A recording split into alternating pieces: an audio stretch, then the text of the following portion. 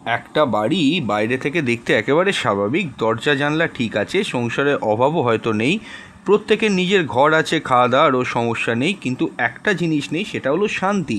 দেখুন, এটা তো একটা কমন এপিসোড আপনাদের বাড়ির মধ্যে। আজকে যারা ভিডিওটা শুনছেন, দিবারাত্র যদি অশান্তি, কলহ, ঝগড়াঝাঁটি একে অপরের সঙ্গে লেগেই থাকে, মানে একজন আরেকজনের সঙ্গে কথা বললেই ঝগড়া, স্বামী স্ত্রীর মধ্যে ভুল বোঝাবুঝি, বাবা মার সঙ্গে সন্তানের দূরত্ব, বাড়ির মধ্যে থাকতেই ভালো লাগছে না, ভাই বোনের মধ্যে সম্পত্তি নিয়ে বিবাদ, একই বাড়িতে থেকেও মনে হবে আমরা যেন একে অপরের শত্রু।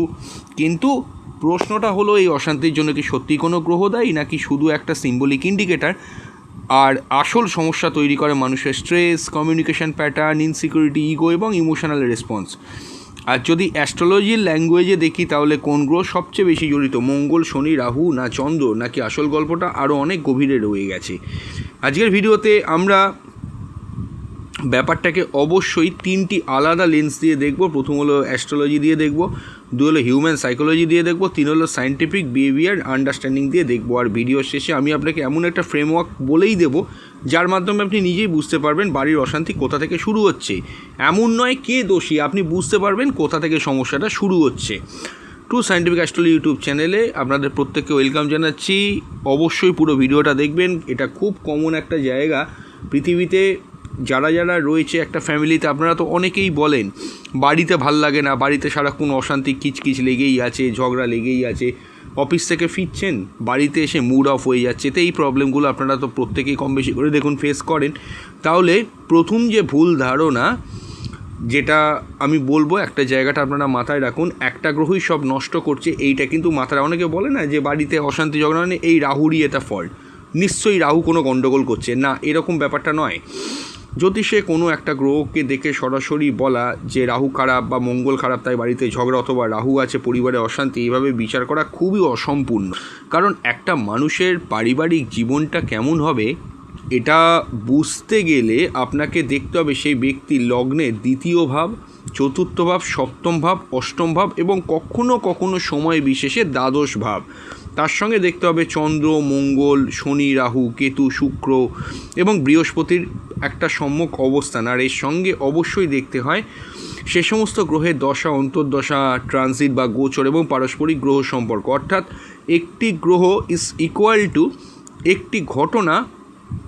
এই ফর্মুলা জ্যোতিষে খুব সরলীকৃত একটা ভার্সান, বাস্তবে ইন্টারপ্রিটেশন অনেক বেশি লেয়ার্ড, ভালো করে বুঝতে হবে। তাই একটা গ্রহকে কখনো দোষ দেওয়া চলবে না। এবার দেখুন দ্বিতীয় ভাব, অবশ্যই পরিবারের ভাষা এবং কথার শক্তি। দেখুন, বাড়ির অশান্তি বোঝার ক্ষেত্রে প্রথমে যে বিষয়টি খুব গুরুত্বপূর্ণ সেটি হলো দ্বিতীয় ভাব। কারণ দ্বিতীয় ভাব মানে অনেকে শুধু ভাবে যে টাকা পয়সা, ব্যাংক সেভিংস। না, শুধু ব্যাংক সেভিংস, টাকা পয়সা না, এটি পরিবার, আপনার চাইল্ডিস্ট অবস্থায়, মানে আপনি শিশু অবস্থায় পরিবার থেকে কতটা সাপোর্ট পেয়েছেন, ফ্যামিলির পরিবেশটা কীরকম, আপনার স্পিচ কীরকম, কথাবার্তার সঙ্গে সেটা কতটা সম্পর্কিত। এখন একটু সাইকোলজির দিকে আসা যাক।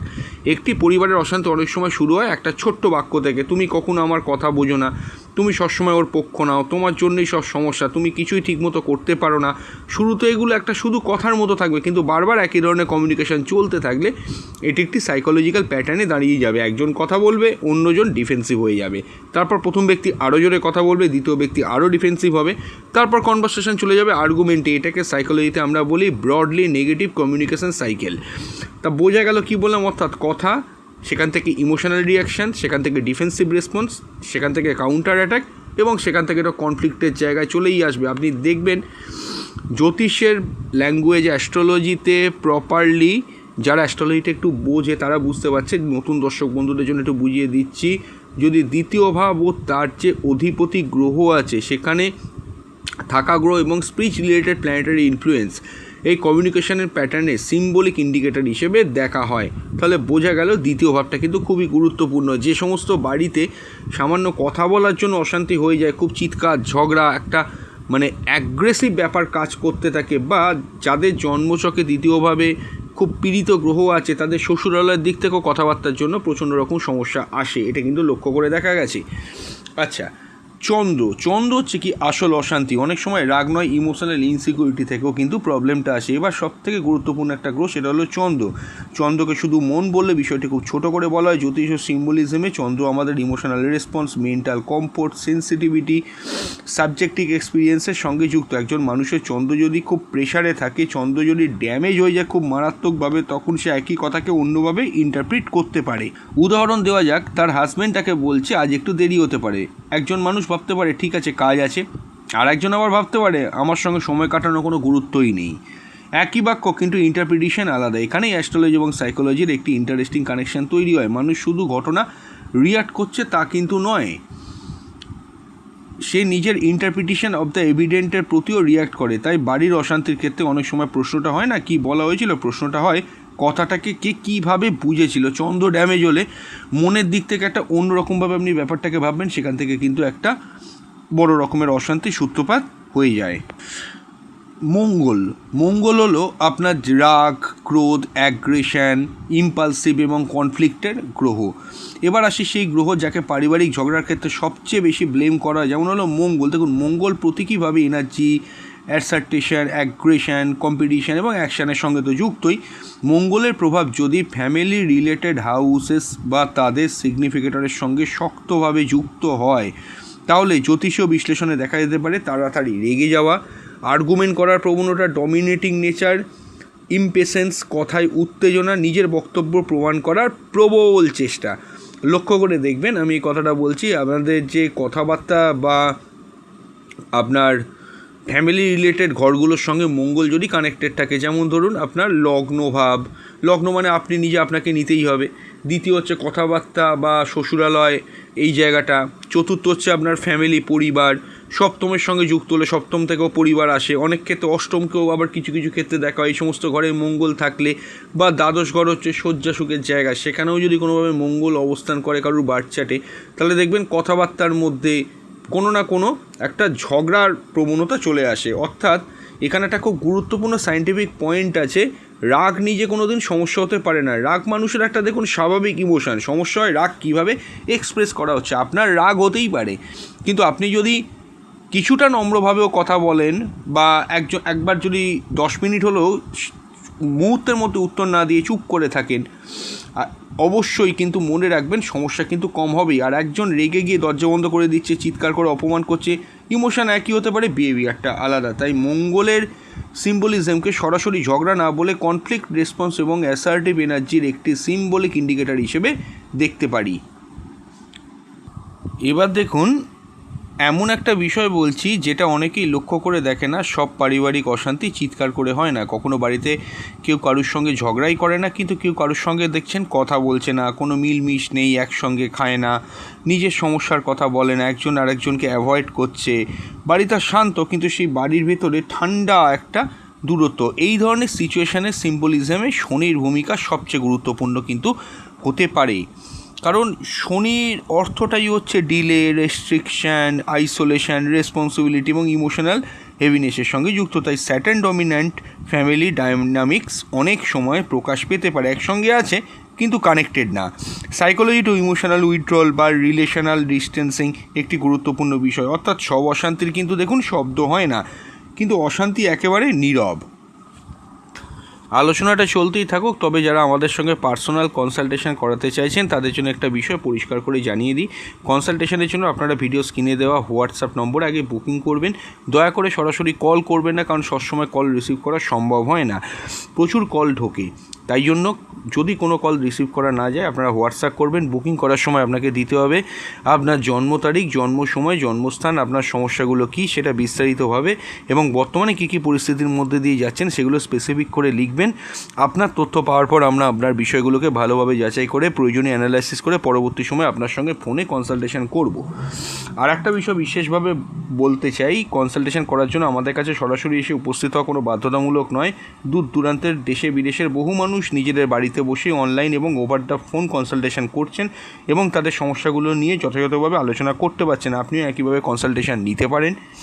আর কনসালটেশন মানেই যে আপনাকে অযথা হাজার হাজার বা লক্ষ লক্ষ টাকার কোনো রেমেডি বা উপায় করতে বলা হবে এমনটা নয়। অনেক মানুষ শুধুমাত্র কনসালটেশন করিয়েছেন, তাদের সমস্যার সম্ভাব্য সময়কাল বা টাইম ফ্রেম সম্পর্কে জেনেছেন এবং সে অনুযায়ী নিজেদের সিদ্ধান্ত নিয়েছেন। অনেকেই আমাদের কনসালটেশন থেকে উপকৃতও হয়েছেন। তাই আপনি যদি কোনো সমস্যার মধ্যে থাকেন এবং মনে করেন বিষয়টি একবার এক্সপার্টদের সঙ্গে আলোচনা করা দরকার, তাহলে সমস্যাটা নিজের মধ্যে পুষে রাখবেন না, একবার কনসালটেশন করে বিষয়টি বুঝে নিন।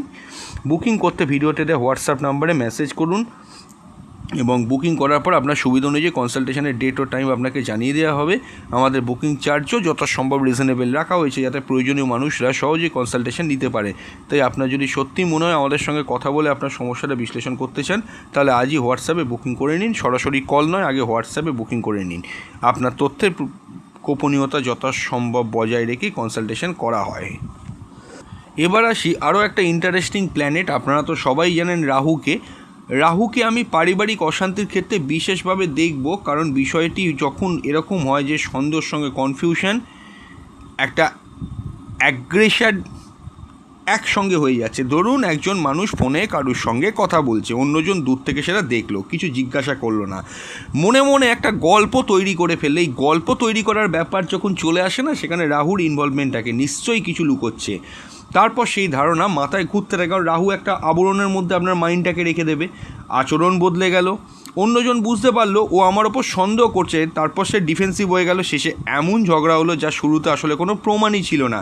এখানে অ্যাস্ট্রোলজি, রাহুর সিম্বলিজম এবং সাইকোলজির আনসার্টেনিটি এবং কনফার্মেশনের যে বায়াস আছে এবং থ্রেট ইন্টারপ্রিটেশনের মধ্যে একটা ইন্টারেস্টিং কনসেপচুয়াল প্যারালাল দেখা যায়। মানুষ যখন অসম্পূর্ণ ইনফরমেশান পায়, তখন মস্তিষ্ক অনেক সময় মিসিং ইনফরমেশান পূরণ করতে নিজের গল্প তৈরি করে, যেখানে রাহু কিন্তু সম্যক ভূমিকা নেয়।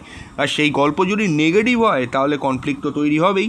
তাই অনেক সময় বাড়ির ঝগড়ার আসল কারণ ঘটনা নয়, ঘটনার ইন্টারপ্রিটেশন।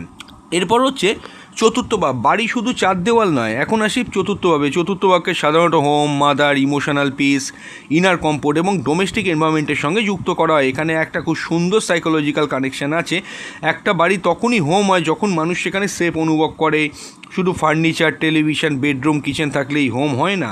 হোমের সাইকোলজিক্যাল ডেফিনেশন আছে সিকিউরিটি, বিলঙ্গিং, ইমোশনাল সেফটি এবং অ্যাকসেপ্টেন্স। তাই চতুর্থ ভাবের বিচার করতে গিয়ে শুধু প্রপার্টি বা হাউস দিয়ে ভাবলে চলবে না, প্রশ্ন করতে হবে এই মানুষটি নিজের বাড়িতে মেন্টালি সেফ ফিল করছে কিনা। চতুর্থভাবে অশুভ গ্রহ যদি বসে যায়, রাহু, শনি, কেতু, মঙ্গল, রাহু, কেতু, শুক্র, তারপরে রবি, শুক্র, বৃহস্পতি, রাহু, এই জাতীয় ডেঞ্জারাস কানেকশানগুলো যদি থাকে, তাহলে সে চতুর্থভাবে গৃহের মধ্যে কিন্তু সুখী হতে পারবে না।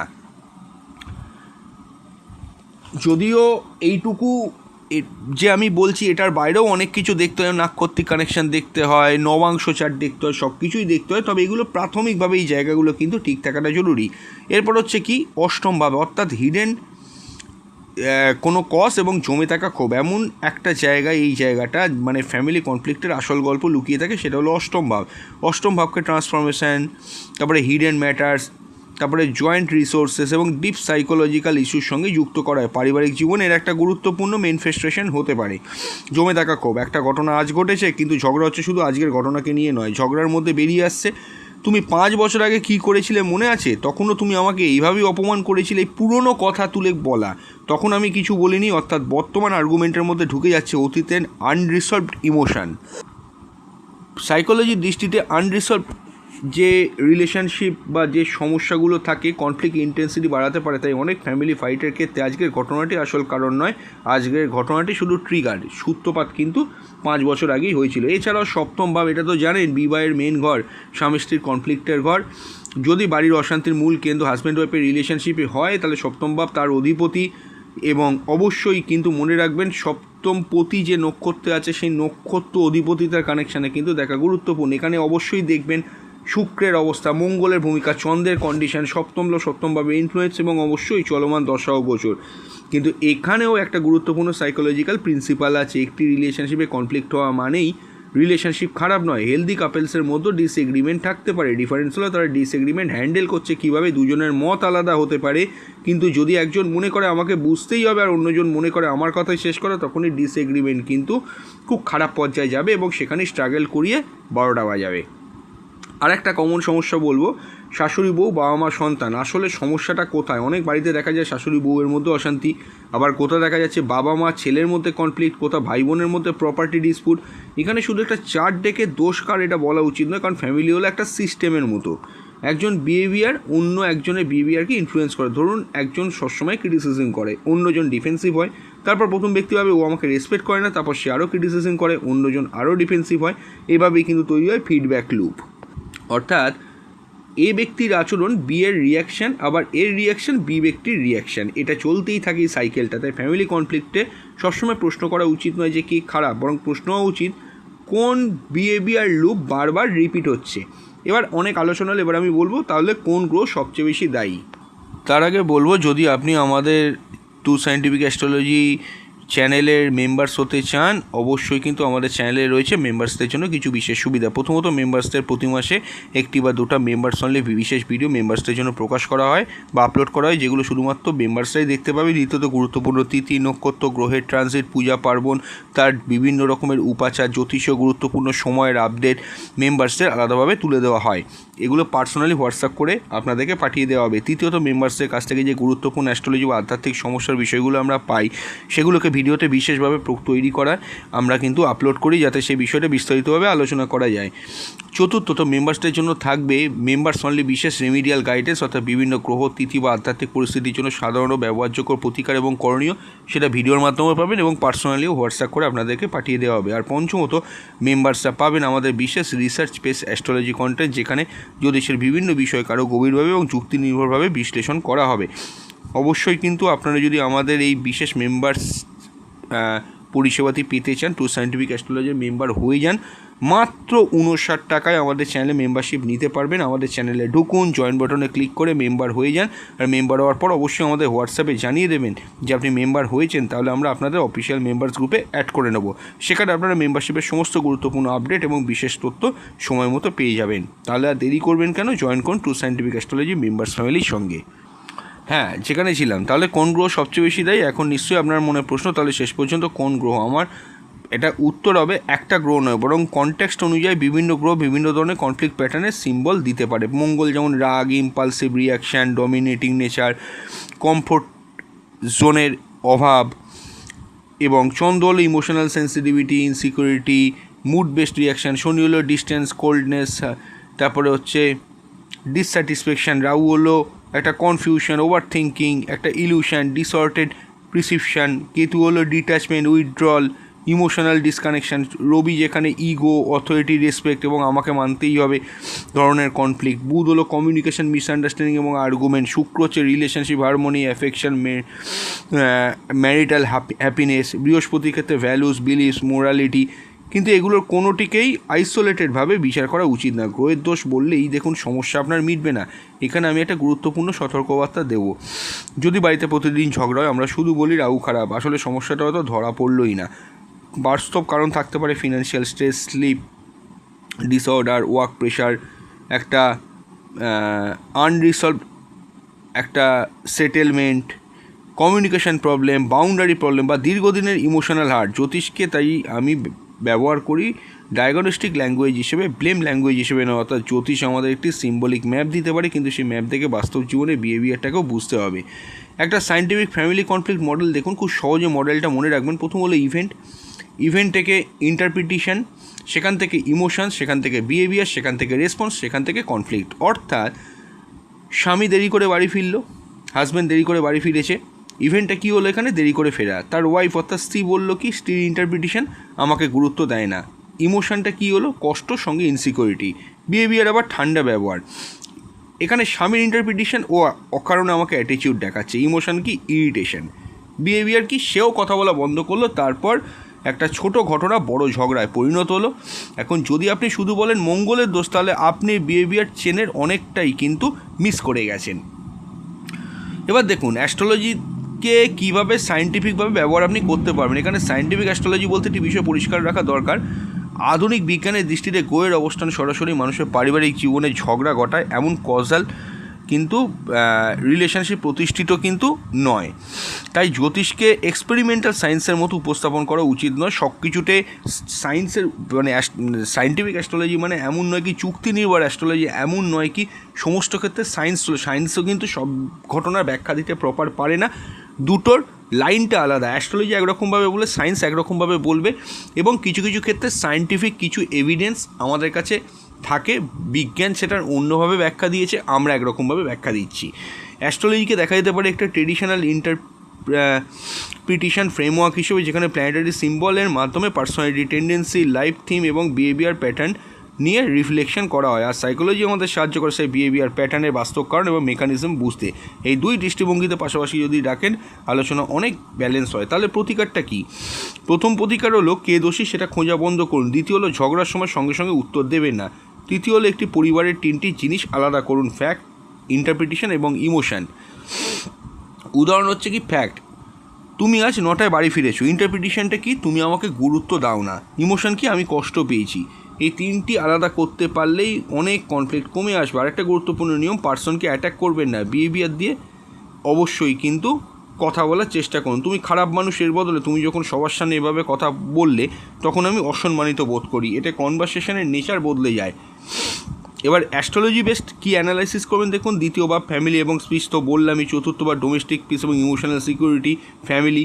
সপ্তম ভাব ম্যারেজ এবং পার্টনারশিপ। অষ্টম ভাব হিডেন রিলেশনশিপ এবং শেয়ার্ড ম্যাটার। 12 নম্বর ভাব হচ্ছে কি আইসোলেশন, ইমোশনাল ডিস্টেন্স, অনেক কিছুই আছে। এরপর চন্দ্র যেমন ইমোশনাল রেসপন্স, মঙ্গল হলো কনফ্লিক্ট রেসপন্স, শনি হলো ডিস্টেন্স, রাহু হলো কনফিউশন, কেতু হলো ডিট্যাচমেন্ট, রবি হচ্ছে ইগো, অথরিটি, বুধ হলো কমিউনিকেশন। এর সঙ্গে দেখতে হবে দশা, অন্তর্দশা, গোচর, ট্রানজিট, হাউড, লর্ডশিপ, প্ল্যানেটারি অ্যাসপেক্ট, সব কিছুই দেখতে হবে। একটা কথা মনে রাখবেন, বাড়ির অশান্তির সবচেয়ে বড় শত্রু সবসময় কোনো গ্রহ হয় না। অনেক সময় সবচেয়ে বড় শত্রু হলো আমি ঠিক তুমি ভুল, তারপর আমার কথাটাই শেষ কথা, তারপর ও আমাকে বোঝে না, তারপর আমি কেন আগে কথা বলবো। এই চারটে বাক্য একটি সম্পর্ককে ধীরে ধীরে ভেতর থেকে দুর্বল করে দেয়। তাই অ্যাস্ট্রোলজি আপনাকে যদি একটি মিরর দেয়, সাইকোলজি আপনাকে দেখায় সেই মিররে কী দেখাচ্ছে। এইভাবেই ব্যাপারটাকে কিন্তু চিন্তা করুন। তাই পরের বার আপনার বাড়িতে কোনো ঝগড়া হলে সঙ্গে সঙ্গে আকাশের দিকে তাকিয়ে বলবেন না কোন গ্রহটা আবার খারাপ হলো। একবার নিজের ভেতরের দিকেও তাকান, প্রশ্ন করুন আমি কি শুনছি নাকি শুধু উত্তর দেওয়ার জন্য অপেক্ষা করছি। অনেক ঝগড়া দেখবেন কতক্ষণে পাল্টা উত্তর দেবে দাঁড়িয়ে থাকে। এগুলো ডেঞ্জারাস ফল দেয়। ওই মুহূর্তে একটা ঝগড়া হলো, তার দাগ কিন্তু মনে কেটে যায়। আমি কি সত্যি অন্য মানুষটার কথা বুঝতে চাইছি? যখন কেউ ঝগড়া করবে তার কথাটাকে মাথা ঠান্ডা রেখে একটু শোনার চেষ্টা করবেন, নাকি আমি শুধু নিজের বক্তব্য প্রমাণ করতে চাইছি। এটাতে কোনো একদিনে সম্ভব হয় না, এত বছরের অভ্যেস। চেষ্টা করুন, ধীরে ধীরে অনেকটাই প্রবলেম সলভ হবে। এবং অবশ্যই যে জন্মছকে লগ্ন, দ্বিতীয়, সপ্তম, অষ্টম, দ্বাদশ ঘরের ওই সমস্ত জায়গাগুলোতে যদি বা ওই সমস্ত ঘরের অধিপতি গ্রহগুলো যদি খারাপ থাকে, তার যথার্থ প্রমিনেন্ট প্রতিকার করার চেষ্টা করুন। এবং অবশ্যই কিন্তু মনে রাখবেন, একটা সংসার ভাঙে সবসময় বড় কোনো ঘটনা দিয়ে নয়। অনেক সময় সংসার ভাঙতে শুরু করে একটা না বলা কষ্ট, একটা না বলা ভুল বোঝাবুঝি, একটা অহংকার, আর বারবার একই কমিউনিকেশন প্যাটার্নের মাধ্যমে। আর সেই কারণেই অ্যাস্ট্রোলজি আপনাকে প্রশ্ন করতে শেখাতে পারে, সাইকোলজি আপনাকে উত্তর খুঁজতে সাহায্য করতে পারে, কিন্তু সম্পর্ককে শান্ত করার কাজটা শেষ পর্যন্ত মানুষকেই করতে হবে। আমি অবশ্যই কিন্তু বলবো যে ক্রিস্টালের শিবলিঙ্গ আপনারা আপনাদের গৃহে স্থাপন করতে পারেন, খুব ভালো উপকার পাবেন। অনেকে আমাদের কাছ থেকে জানতে চাইছিল ক্রিস্টালের শিবলিঙ্গ, আমরা একটা লিঙ্ক দিয়ে দিচ্ছি, সেই লিঙ্কে ক্লিক করে কিন্তু আপনারা ক্রয় করতে পারেন। আমাদেরকে হোয়াটসঅ্যাপ করলে আমরা ওটা মেনটেনের প্রসিডিওর বলে দেবো। খুবই সহজ এবং ভালো কোয়ালিটি ক্রিস্টাল শিবলিঙ্গের লিঙ্ক আমি দিয়ে দিলাম। আপনারা অবশ্যই কিন্তু ওইটি ক্রয় করে আমাদের সঙ্গে কন্ট্যাক্ট করে নেবেন। খুব স্বল্প মূল্য, সবাই ব্যবহার করছে এবং উপকারও পাচ্ছে, তাই আপনিও বাদ যাবেন কেন, আপনিও কিন্তু ক্রয় করে আমাদের সঙ্গে যোগাযোগ করবেন। মনে রাখবেন, গ্রহকে দোষ দিলে সমস্যা বাইরে থাকে, নিজের প্যাটার্নকে বুঝলে পরিবর্তনের দরজা খুলে যাবে। আপনার বাড়িতে যদি অশান্তি লেগে থাকে তাহলে শুধু প্রশ্ন করবেন না কোন গ্রহ দায়ী, প্রশ্ন করুন এই অশান্তির প্যাটার্ন কোথা থেকে শুরু হচ্ছে। অবশ্যই কিন্তু মনে রাখবেন, জ্যোতিষের উদ্দেশ্য ভয় তৈরি করে না, নিজেকে আরও গভীরভাবে বোঝার সুযোগ করে দেওয়া। আর এরম সায়েন্টিফিক অ্যাস্ট্রোলজিক্যাল ভিডিও পেতে আমাদের চ্যানেলটি সাবস্ক্রাইব করে পাশে অল নোটিফিকেশান বেলটি কিন্তু অন করে দেবেন। নমস্কার।